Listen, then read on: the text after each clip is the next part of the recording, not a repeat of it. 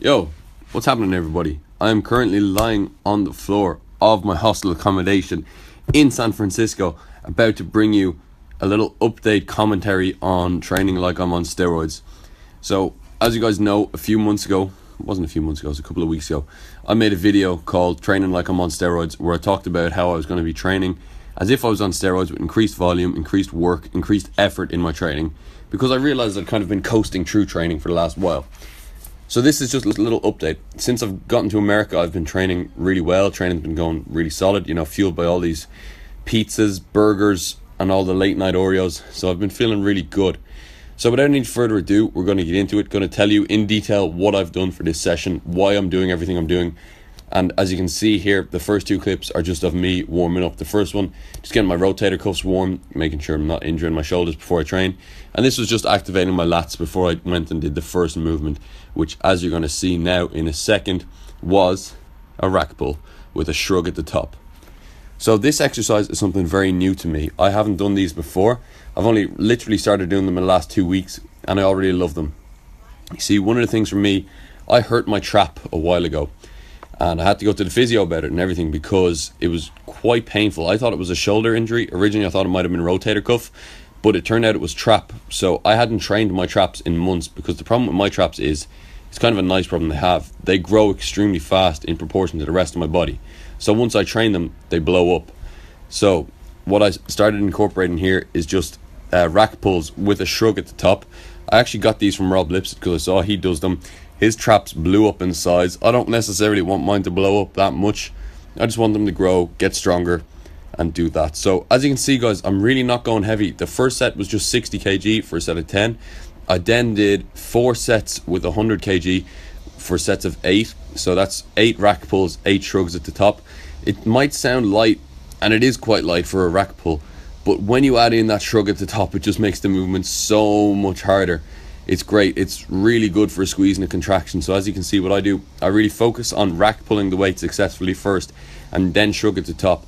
Because the first time I did these, I was kind of trying to rack pull and shrug from the very start of the motion, which was not a good time, people. That kind of hurt more than anything. So get the rack pull done, and then you can focus on getting the shrug started. So this is the last set here. I just did a back off set for AMRAP. AMRAP is as many reps as possible. So put it back down to 60 kg and just absolutely tear into your back and your traps. And it's just a really nice way to start the chest and back workout, because as you can see, it's very demanding. It's a taxing full body exercise. You're going to really feel it if you're doing it for a lot of sets, and it acts as a great active warm-up for your sets as well. So for the rest of the workout, your lats are engaged, your traps have been worked, everything is going to be feeling tight, and then you're going to be able to go on to the next bit of your workout and keep it going from there. So the next exercise that we did, as you're going to see now, was actually a PEC Fly. So this PEC Fly is one of my favorite things, and why I'm doing this first is I've started trying to pre-exhaust my muscles a little bit before I start to train. Now, this is not an indicator if somebody's doing this, it doesn't mean they're on steroids or whatever. This is just something I like to do at the minute now. It's just pre-exhaust my chest before I start any of my pressing motions. And this PEC deck has a beautiful squeeze in it as well. You bring it in nice and slow, squeeze it right there at the top, bring it back just to where the tension stops on your chest, and then back in and squeeze. So it makes a huge difference to just kind of your chest activation and your chest involvement for your pressing movements when you actually go onto them. So as you can see here, I just did 3 sets of 12 of this. Get some blood into the muscle, get yourself ready for your pressing movements. Next up was this back row. It's a high to low row for your back. Feels, again, incredible. This is just probably my favorite piece of equipment in this new gym. You can't really go wrong with this. As long as you're pulling through and squeezing in at the bottom, it's always going to be a really nice squeeze and a really nice contraction for whenever you're doing it. So tips on this are to pull through the elbows. This is what I say with all back movements, people. You have to pull through your elbows. You cannot focus on pulling through your wrists or your biceps, as your biceps will just become dominant and you'll take over the motion, because it's very easy to do on back movements to become dominant with your biceps and pull through your biceps and your forearms. So make sure you're involving your elbows, involving your back, and you're going to feel it a lot more in your lats. Feel the squeeze in your back, which is where you want to be working it. You're not trying to train arms, so you want to squeeze all the way through. As you can see there, I'm just kind of pausing at the bottom slightly to give it a squeeze, and then back up all the way, full contraction, back down, squeeze, all the way up, and back down, squeeze. So we did that for 4 sets of 10, I believe, with a back off set down at the end as well. So next up, exercise 4, which is funny because this used to be the first exercise of every chest workout, is the flat bench press. Pretty standard stuff, lads. What I did for this is I did 3 working sets with 4 6 reps, I should say, with 90 kg, and then I did 2 back off sets with 70 kg for 2 sets of 8. So I haven't taken a single supplement, lads, by the way, since I've been in America. So I've had no creatine, no protein, no BCAAs, absolutely nothing since I've been here. So that's exactly 3 weeks with no supplements. And I feel it a little bit with my strength is the only thing I would say. It's not even strength, it's more kind of just endurance. I'm getting tired a little bit quicker in the gym during my sets, so I think I'm going to have to invest in some creatine over here. But apart from that, you know, protein powder, all that shit, I don't think you need it, people. I've talked about this before. You know, I don't really even take protein or anything when I'm home. I took BCAAs when I was cutting religiously, just as a little bit of a help in case I felt like I needed it. But other than that, supplements aren't necessary for you to build a great physique. Next up here is the next back movement. It is a low to high row this time. So you're hitting all angles of your back then with the last 2 back movements on the last 2 rows. This one again is a lovely squeeze. So you just have to pull all the way through, hold it a little bit at the top and come back down, and make sure you stretch it all the way for that full contraction.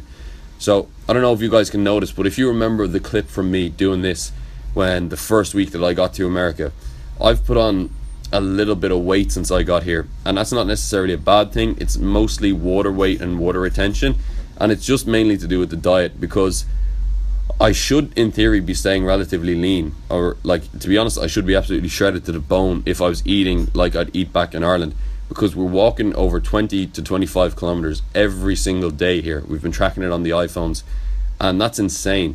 So the fact that I'm putting on weight here just tells you how much shit food I'm eating, and I really mean like bad food, people. Like every night I'm eating like nearly a full pack of double stuffed Oreos, which I don't recommend for gains, and you know, that's just not going to help you. But that's what I've been doing. I've been enjoying my life, not worried too much about food. But yeah, the next exercise was this incline chest press. I absolutely love this chest press. Again, it's just a super contraction at the very top. You really feel your upper chest working. Now, people always talk about like hitting the upper middle chest and everything. There is no upper middle or anything like that. You know, your chest is divided into 2 parts, pec major, pec minor, upper and lower. It's really simple. So this is just a really nice squeeze on your upper pec. Obviously the entire chest is involved. You can see the entire chest is working, but it's just a dominant squeeze on the top. So we did 3 sets with 2 plates either side, and then 2 sets with 1 plate either side. Just squeeze it out, guys. Keep going, rep it out. The reason I wanted to do this commentary and kind of leave it as raw as I didn't really edit anything, and I showed you a few sets, was just to try and show the intensity of the workout, because everything is just a lot more intense than it was before. You know, I've been putting a lot more time and effort into planning out my workouts before I go in, so then when I get there, the rest periods are a lot shorter. Everything is just more intense, and I've been really focused on squeezing everything as well. So one of the really great things I have to say about since I've come to America is the fact that nobody in the gym knows me at all. So Dano and I have been able to go in, I put my headphones on, he puts his earphones in. We don't even talk to each other because we know what we're doing. We just keep going. One person goes, then the next person goes and does their set. And it's been great because the intensity has just been upped so much. So as you can see, while I've been saying all that, I've been doing the lat pull down. People always ask about the lat pull down for me because I've had wide lats for my entire life since I started lifting. So this one, the lighting is terrible here because it was directly above us. But as you can see, I just bring it down, I squeeze it and I hold it for a couple of seconds, and then I come back up slowly. Bring it down, squeeze it, hold it, come back up slowly. A little bit wider than shoulder width grip, because you don't need to go super wide, but you do need to go wider than shoulder width if you want to get really wide lats. And then the last thing we finished with here was this chest press. I'd never done this before. That's what we finished with. So people, if you enjoyed the video, make sure you leave it a like. Subscribe if you're new. If you want to see more of this kind of video, let me know. I can do it for every workout that I do. And yeah, that's kind of just a little update to me training like I'm on steroids.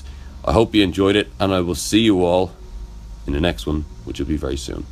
Thanks for watching, guys, and see you.